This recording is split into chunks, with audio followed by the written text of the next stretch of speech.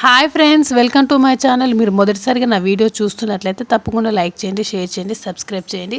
ఈరోజు స్టోరీలోకి వెళ్దాం. అనామిక కళ్యాణ్ మీద అప్పు మీద కేసు పెట్టి అరెస్టు చేయిస్తుంది. అప్పుని అరెస్టు చేయించినందుకు దుగ్గిరాల ఇంటికి వచ్చి రచ్చరచ్చ చేస్తుంది కనకం.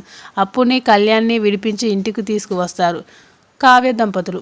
అరెస్టు చేయించినందుకు అనామిక చెంప పగలగొడుతుంది స్వప్న. ఇదంతా గత ఎపిసోడ్లో జరిగిన కథ. ఈ స్టోరీలో ఏం జరిగిందో తెలుసుకుందాం.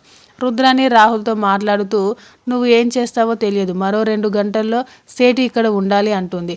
సరే అంటూ అక్కడి నుంచి వెళ్ళిపోతాడు రాహుల్. వెనక్కి తిరిగి చూసేసరికి అనామిక ఉంటుంది. ఒక్కసారిగా షాక్ అవుతుంది రుద్రాని.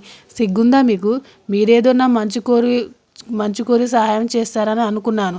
మీ స్వార్థం మీరు చూసుకున్నారు. మీరు చెప్పినట్లు చేశాను కాబట్టే నా అత్త, నా భర్తకి నేను ఒక శత్రువులా అయిపోయాను అంటుంది అనామిక. ఎంత మాట అన్నావు? నేను నీ మంచి కోసమే ఇదంతా చేశాను. 2 రోజులు మాట్లాడలేదని బాధపడుతున్నావు, కానీ ఆ తర్వాత నువ్వు చెప్పినట్లు వింటాడు. ఆ అప్పు జోలికి పోడు. అప్పుడు ఆ ఆఫీస్లోనూ ఇంట్లోనూ నీదే రాజ్యమని చెప్తుంది రుద్రాని. ఆ మాటలని నమ్ముతుంది అనామిక. మీ ఉపాయం వెనుక ఇంత లోతుందని గ్రహించలేకపోయాను.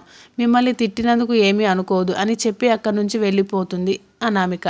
మరోవైపు సుభాష్ రాజుకి 10 లక్షలు డబ్బు ఇస్తూ, ఇలా ఎన్నాళ్ళు నిజం ఎప్పటికైనా తెలియాల్సిందే కదా అని అంటాడు.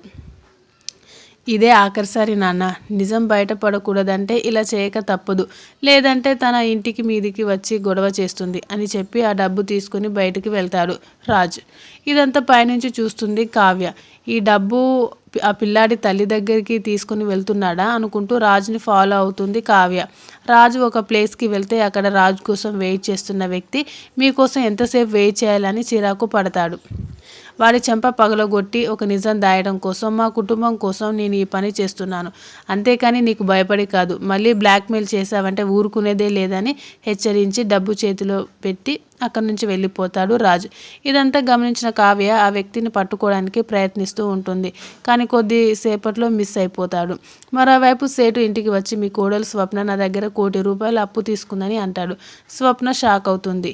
నాకు డబ్బు తీసుకోవాల్సిన అవసరం లేదంటుంది. అప్పుడు సేటు డాక్యుమెంట్స్ చూపిస్తాడు. తన సంతకాన్ని డాక్యుమెంట్స్లో మీరు చూసి షాక్ అవుతుంది స్వప్న.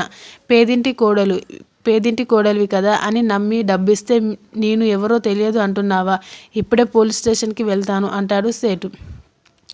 నిజాలు కనుక్కొని మేమే మీకు డబ్బు పంపిస్తాము, మీరేమి కంగారు పడకని అని అంటాడు సుభాష్. సేటు వెళ్ళిపోయిన తర్వాత అపర్ణ మాట్లాడుతూ, నీకు ఇంత డబ్బు అవసరం లేదని మా అందరికీ తెలుసు. అసలు ఏం జరిగిందో నిదానంగా ఆలోచించు అంటుంది. ఆలోచిస్తాను, 2 రోజుల్లో నిజాలు బయట పెడతాను అని చెప్పి అక్కడి నుంచి వెళ్ళిపోతుంది స్వప్న. 2 రోజుల్లో నువ్వేం తేలుస్తావు? 2 రోజుల్లో ఇంట్లో నుంచి బయటికి వెళ్ళిపోవడం ఖాయం అనుకుంటుంది రుద్రాని. మరోవైపు ఇంటికి వచ్చిన రాజు బాబు పడుకోవడం చూసి హ్యాపీగా ఫీల్ అవుతాడు. వెంటనే బాబు ఏడవడంతో డైపర్ కోసం వెతుకుతాడు. అక్కడే డైపర్తో అక్కడికి వస్తుంది కావ్య. ఎక్కడికి వెళ్ళావా అని అడుగుతాడు రాజు. మీ అడుగుజాడలో నడుస్తున్నాను అని అంటుంది కావ్య. షాక్ అవుతాడు రాజు. నేను ఎక్కడికి వెళ్తున్నాను? డైపర్ తీసుకోవడానికి వెళ్ళాను అంటూ బాబుకి డైపర్ చేంజ్ చేస్తుంది కావ్య. తర్వాత ఏం జరిగిందో రేపటి ఎపిసోడ్లో చూద్దాం. Thanks for watching this video. Please subscribe my channel.